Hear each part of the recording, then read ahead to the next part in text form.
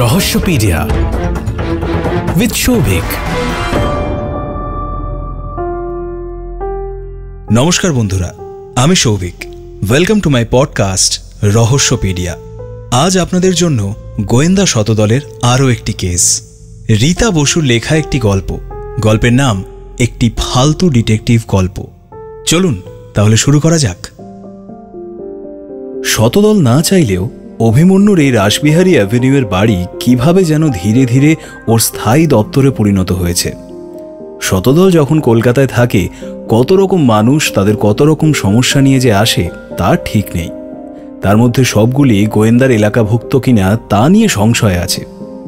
অবশ্য শতদল বলেছিল, সমস্যা সমাধান করতে হলে সবসময় যে সাংঘাতিক বুদ্ধির মারপ্যাঁচ দরকার হয় তা কিন্তু নয়। শতদলের এইসব গুণাবলীর চর্চার জন্য একতলার ঘরটি ক্রমশই বিখ্যাত হয়ে গেছে। একদিন সকালে একজন ভদ্রমহিলা, বয়স দেখে মহিলা না বলে মেয়েই বলা যায়, দরজার কাছে এসে দাঁড়িয়ে বললেন, আসতে পারি? শতদল অভ্যর্থনা জানিয়ে বলল, হ্যাঁ আসুন। মেয়েটি ঘরে ঢুকে ঘাড় ঘুরিয়ে চারিদিক দেখে নিয়ে একটু ইতস্তত করে বলল, আমি শুনেছিলাম এখানে কোথাও একটা ডিটেকটিভ এজেন্সির অফিস আছে। সাইনবোর্ড কোথাও দেখতে পাচ্ছি না, তাই জিজ্ঞেস করছিলাম। হ্যাঁ, আপনি ঠিক জায়গাতেই এসেছেন। আমার নাম শতদল সান্যাল। ইনি আমার বন্ধু অভিমন্যু মিত্র। মেয়েটি শতদলের সামনের চেয়ারে বসে রোদ চশমা খুলে ব্যাগে রাখে। বয়স 27-28-এর বেশি হবে না। লক্ষ্য করা যাচ্ছে যে ব্যাগটি সে শক্ত করে ধরে রেখেছে, যেন ওটার থেকেই মনের জোর পাচ্ছে। শরীরে সামান্য মেদ জমলেও চেহারা মোটামুটি সুশ্রী বলা যায়। সে শুরু করল, আমার নাম সুহিতা দত্ত। আমার বিয়ে হয়েছে নিউ আলিপুরে। আমার মা এবং দাদা থাকেন লেক মার্কেটের কাছে। দাদার একটি 3 বছরের মেয়েও আছে, নাম রিমঝিম। আর বৌদি? হ্যাঁ আছে। মা সেরিব্রাল অ্যাটাকের পর থেকে শয্যাশায়ী। আর আপনার ছেলে মেয়ে? এখনো হয়নি। শতদল তার নোটবুকে প্রয়োজন মতো তথ্যগুলি লিখতে লিখতে বলল, ঠিক আছে, আচ্ছা বলুন কি জন্য এসেছেন। মেয়েটিকে এবার যথার্থই বিপদগ্রস্ত মনে হলো। শতদল তাকে সাহায্য করার জন্য বলল, সমস্যা তেমন গভীর না মনে হলেও বলতে পারেন। যদি কিছু নাও করতে পারি, সম্পূর্ণ ব্যাপারটা গোপন থাকবে, এই আশ্বাস আমি আপনাকে দিতে পারি। এই কথাতে সুহিতা দত্ত ভরসা পেল। বলল, আসলে বুঝতে পারছি না এটা কোনো সমস্যা কিনা, বা হয়তো এটা আমার মনেরই সন্দেহ হতে পারে। আমি ঠিক বুঝতে পারছি না। অবশেষে সুহিতা শুরু করলেন, যাকে সমস্যাটা আসলে আমার বৌদিকে নিয়ে। বৌদির নাম শান্তশ্রী। তার স্বভাব তার নামের একেবারে বিপরীত, বুঝলেন। সংসারে অবশ্য তার কোনো মন নেই। শতদল বলল, আচ্ছা এইটাই কি আপনার ক্ষোভের কারণ? একেবারেই না। শিলিগুড়ির মেয়ে। বিয়ের পর থেকে দেখলাম কলকাতার দোকান বাজার ঘুরে ঘুরে দেখতে ভালোবাসে। জিনিস কিনে কিনে ওর যেন আশি মেটে না। প্রথম প্রথম আমি ওর সঙ্গী হতাম ঠিকই, কিন্তু আমার সঙ্গে শান্তশ্রীর কোনোদিনই মেল হয়নি। এখন অবশ্য আমাকে দরকারও হয় না।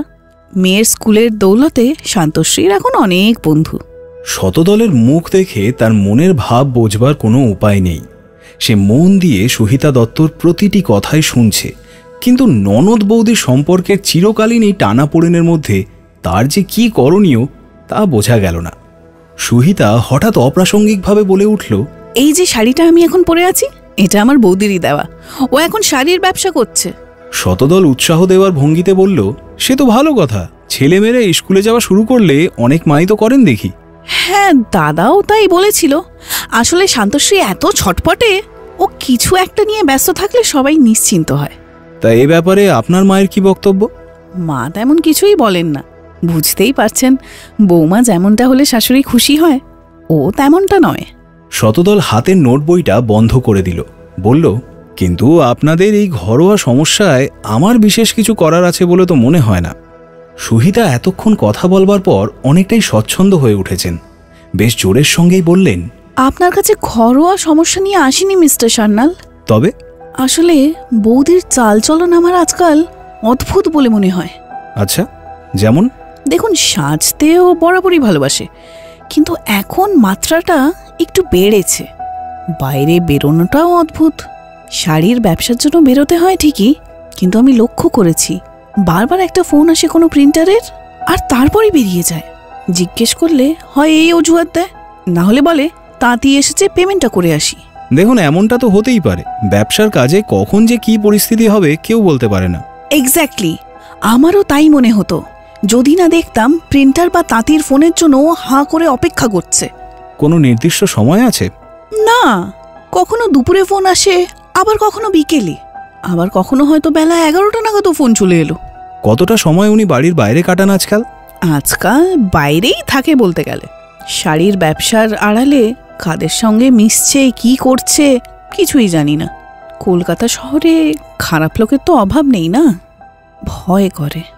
তা আপনার দাদার কিসের ব্যবসা? ট্রাভেল এজেন্সি, বেশ ভালোই চলে। আপনার শ্বশুরবাড়ির অবস্থা কেমন?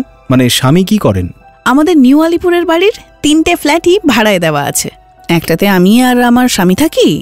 এসপ্ল্যানেডে আমাদের ইলেকট্রনিক গুডসের বেশ বড় দোকান। শতদল হাতের কলমটা দিয়ে নোটবুকে আঁকিবুকি কাটতে কাটতে বলল, বুঝলাম। তা আমাকে আপনি কি করতে বলছেন বলুন।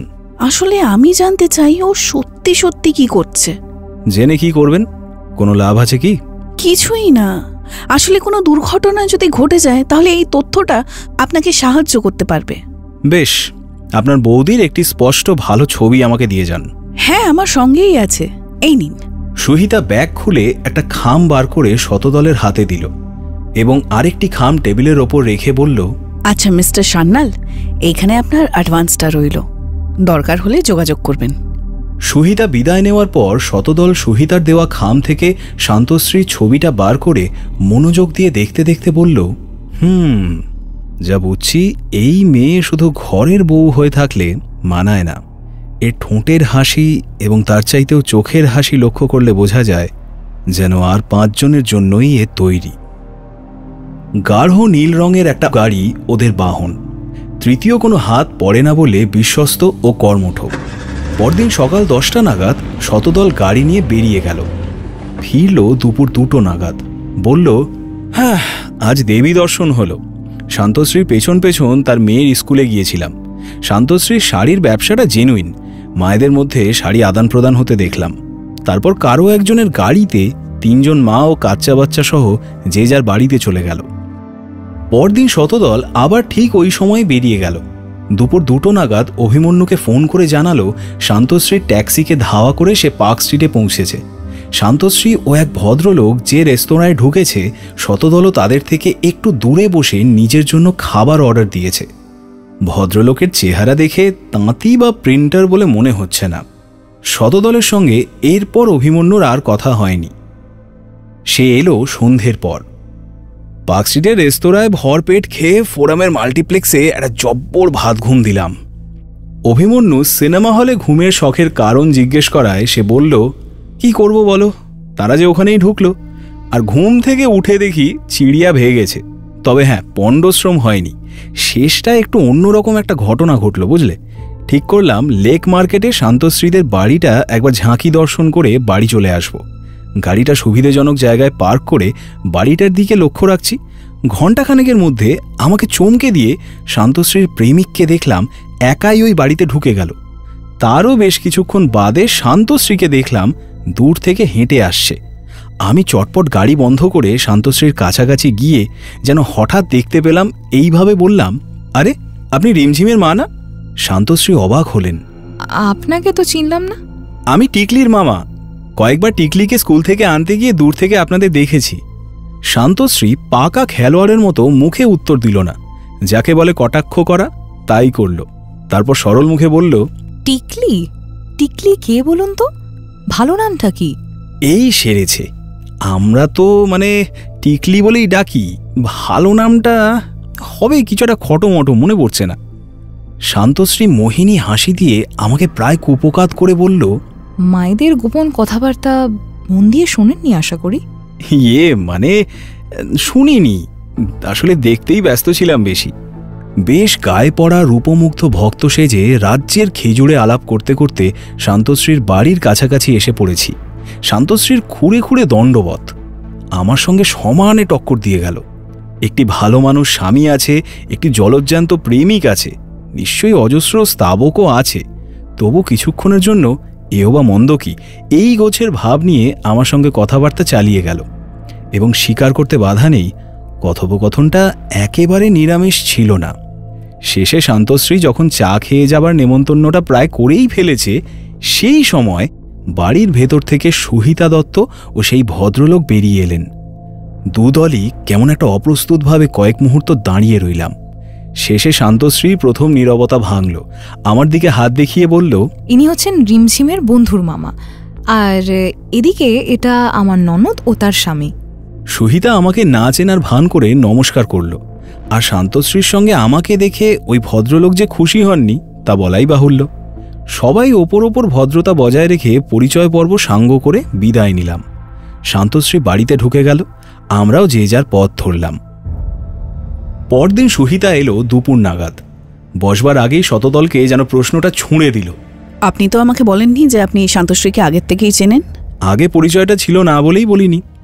দেখুন, আমার কাজের সুবিধের জন্য কোন পরিস্থিতিতে কি আচরণ করব তা আগে থাকতে আমার নিজেরই জানা থাকে না। সুহিতার মুখের ভাব দেখে মনে হলো কথাটা পুরোপুরি ও বিশ্বাস করল না। বলল, তাহলে অত ঘনিষ্ঠ হয়ে হেসে রসালাপ? এনিওয়ে, আপনি ফোন করে আসতে বললেন কেন? কি ব্যাপার? সুহিতা দেবী, আপনার অনুমান অভ্রান্ত।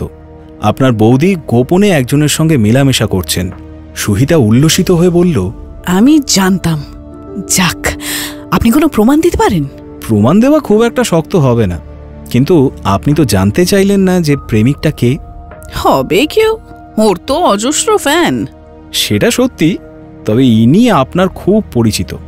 সুহিতা একটু আশ্চর্য হলো, প্রশ্ন করল, কে বলুন তো? ইনি আপনার স্বামী। ঘরে যেন একটা বোমা ফাটল। সুহিতা নির্বাক নিস্পন্দ হয়ে শতদলের দিকে তাকিয়ে রইল কিছুক্ষণ, তারপর উঠে দাঁড়িয়ে বলল, কাল আপনার সাথে শান্তশ্রীর ওরকম মেলামেশা দেখে আমার ফের এখানে আসা বোকামি হলো। ওদের হতবাক করে সুহিতা সোজা দরজার দিকে এগিয়ে গেল। বেরিয়ে যাওয়ার আগে আবার বলল, আপনাকে জানিয়ে রাখি, আমার স্বামী শুরুর থেকেই শান্তশ্রীর ওই স্বভাবের জন্য ওকে অপছন্দ করে, এবং দুজনের মধ্যে কোনো কথাই নেই। চেয়ারটা হাতের ধাক্কায় প্রায় উল্টে ফেলে দিয়ে সুহিতা ঝড়ের মতো বেরিয়ে গেল। সেদিকে তাকিয়ে শতদল বলল, হে মুগ্ধা বাঙালি রমণী, আর কতকাল এমন অন্ধ পতিব্রতার ভান করবে? ইনি এখন হয়তো গোপনে বশীকরণ মাদুলিও পড়বেন, তবু কিছুতেই স্বামীর মুখোমুখি দাঁড়িয়ে সত্যটা জেনে নেবেন না। যা বুঝলাম, মনে মনে সবই জানে, দুর্বল বলেই তো প্রমাণ দেখতে চাইলেন না। যে সত্য আজ সে জানল, তাকে মোকাবিলা করার সাধ্যই ওর নেই। অতএব জীবন যেভাবে বয়ে চলেছে সেভাবেই যাবে।